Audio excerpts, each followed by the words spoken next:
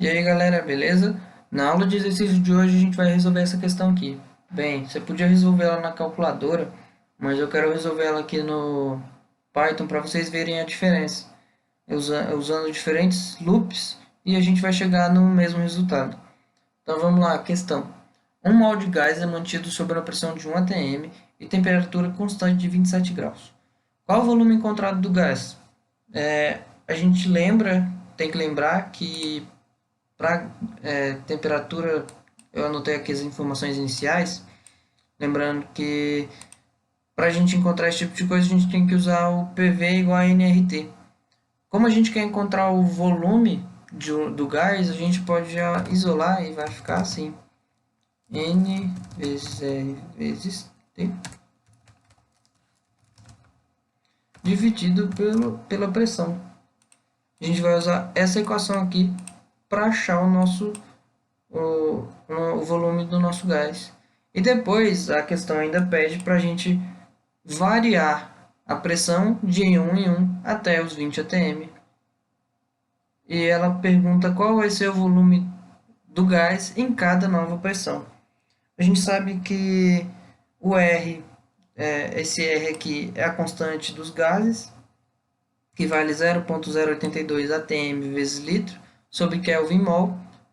Como a gente já converteu a temperatura aqui para Kelvin, estamos usando 1 mol e a pressão é em atm, então o nosso resultado vai dar em litros. Então vamos começar. Vou começar anotando essas informações iniciais aqui embaixo. N igual a 1, R igual a 0,82, T igual a 300. Eu vou criar aqui, primeiro fazer com loop while, eu vou criar um P inicial igual a 1, nossa primeira pressão, e um P final igual a 20. Bem, essas duas variáveis aqui, elas vão dar a nossa comparação para o loop while, e a gente vai conseguir estabelecer ele da seguinte maneira. While P inicial é maior ou igual que P final, ele vai continuar seguindo, fazendo a mesma coisa. Então, a gente vai pedir para ele fazer essa equação aqui, ó. Resolver essa equação, que é igual a N vezes R vezes T dividido pela P inicial. Agora você vai me perguntar, mas por que eu estou dividindo pelo P inicial e não pelo P final? Bem, a gente podia fazer das duas maneiras, mas eu preferi fazer assim e ir mudando o nosso P inicial. Então, a cada vez que a gente passar nesse loop, o nosso P inicial vai mudar. A gente podia fazer o mesmo com o P final. Pode ficar de exercício até para vocês fazerem. Em vez de colocar aqui P inicial, colocar P final e tentar resolver. A gente pode então pedir para printar nosso volume. Mas quando isso aqui acontecer, ele vai entrar dentro de um loop infinito, porque o P inicial sempre vai ser menor ou igual que o P final. 1 sempre vai ser menor que 20. Então a gente tem que dar um jeito dessa nossa condição ela poder mudar de alguma forma. O jeito que a gente pode fazer isso é igual eu falei há pouco tempo, que é mudando o nosso P inicial. Então o nosso P inicial ele vai ser o valor que ele tinha antes, mais 1. Lembrando que a gente tem essa notação e que a gente também tem essa notação aqui, mais igual a 1. Então, na primeira vez que o nosso loop entrar aqui, o nosso P inicial é igual a 1 e o nosso P final é igual a 20. Ele vai rodar, vai fazer o nosso V, vai printar o nosso V, e depois ele vai somar 1 no nosso produto, no nosso pressão inicial. Como já era 1, então ele vai ficar 2, e ele vai rodar o loop novamente, até estabelecer essa condição do P inicial ser menor ou igual a 20. Então, quando o P inicial for igual a 20, ele vai realizar, vai somar mais 1, e vai chegar aqui de novo na nossa condição. E vai dar que 21 vai ser menor ou igual a 20. Quando isso acontecer, ele vai declarar que isso aqui é falso e vai acabar o nosso loop. Então vamos imprimir isso aqui.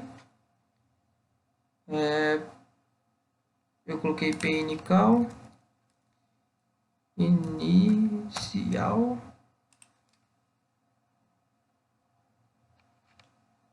Inicial aqui em cima também.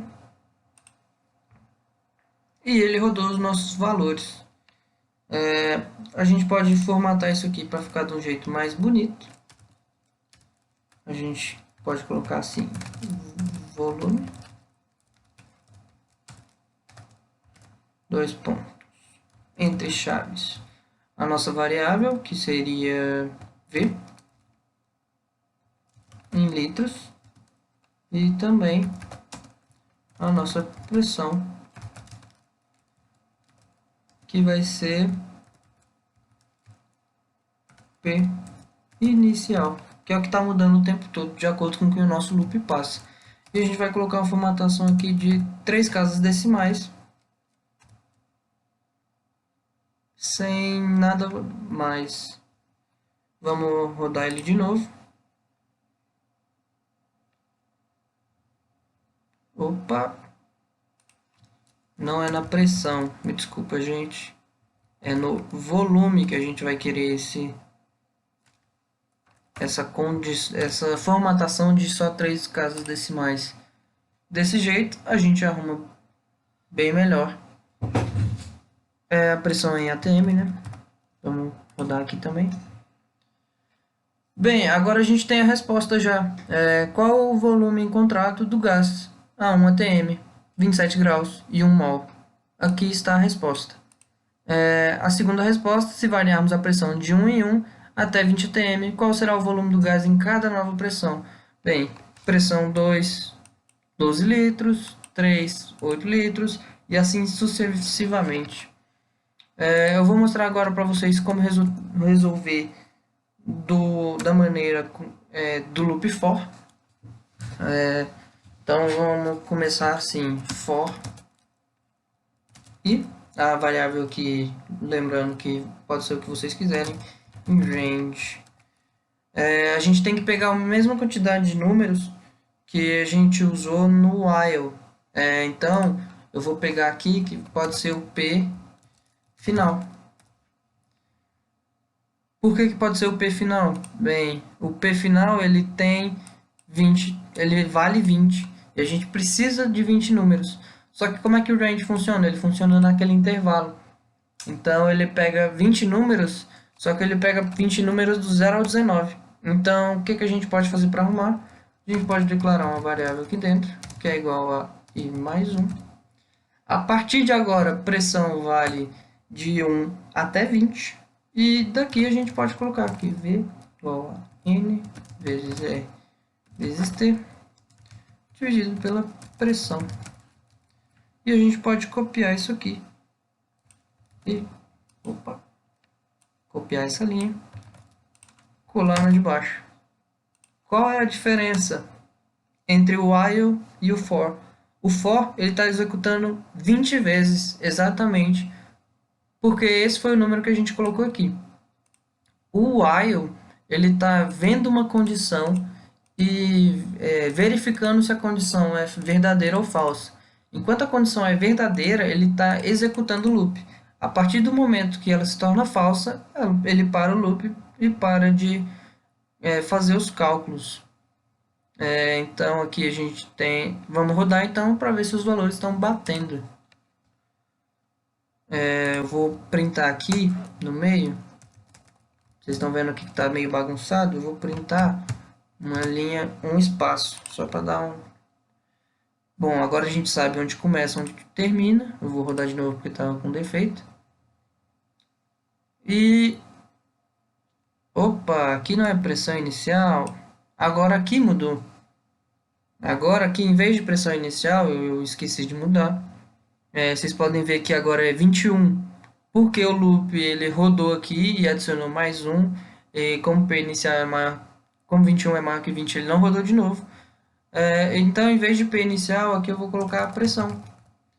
Dessa forma, agora fica tudo certo. Minha janela ficou bagunçada. Agora está tudo certo.